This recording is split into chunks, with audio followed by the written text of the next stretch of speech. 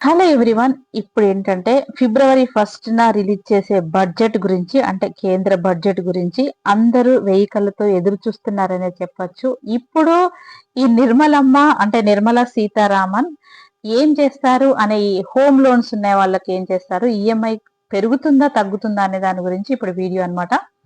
మధ్యతరగతి మనిషికి సొంతింటి కల ఒక ఎమోషన్ అయితే ప్రతి నెల కట్టే ఈఎంఐ ఒక మోయలేని భారం అన్నమాట.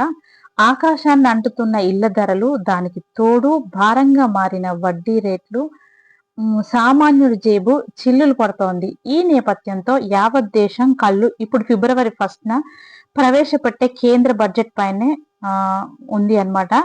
సో ఇక్కడ ఈ హోమ్ లోన్స్ సంబంధించిన వీడియో అన్నమాట. అయితే ప్రస్తుత దేశంలో అందరి చూపు ఫిబ్రవరి 1న నిర్మలమ్మ ప్రవేశపెట్టనున్న కేంద్ర బడ్జెట్ పైనే ఉన్నాయి. ఆర్థిక మంత్రిగా ఆమె 9వసారి బడ్జెట్ ప్రవేశపెడుతున్నారు. ఇది మామూలు విషయం కాదండి. 9వసారి ఈమె కంటిన్యూస్ గానే ఉన్నారనమాట. 9 సంవత్సరాల నుంచి.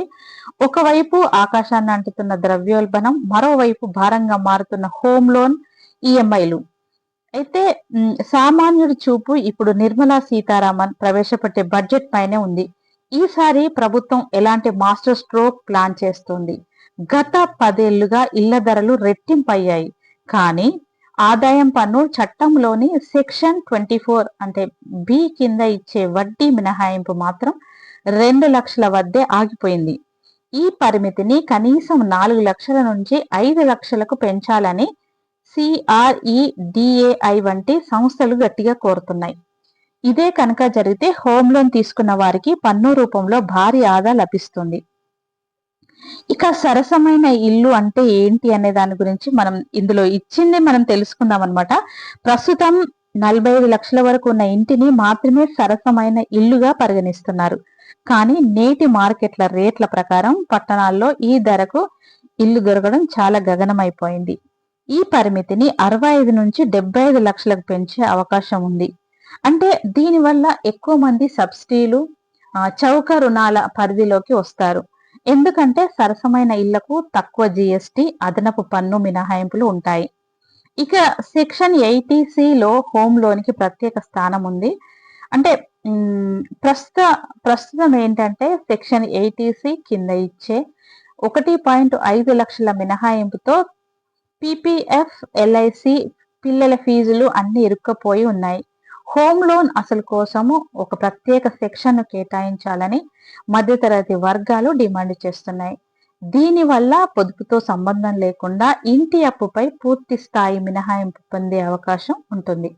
ప్రస్తుతం కొత్త పన్ను విధానంలో హోమ్ రుణ వడ్డీపై ఎటువంటి మినహాయింపు లేదు.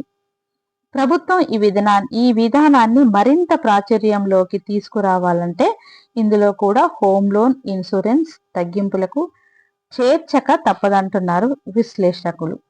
ఇక అంటే ఈ ఈఎంఐలతోని జేబు ఖాళీ అవుతుందని చెప్తున్నారు. ఊరట లభిస్తుందా లేదా అనేది మనకు ఫిబ్రవరి 1న తెలుస్తుంది అనమాట.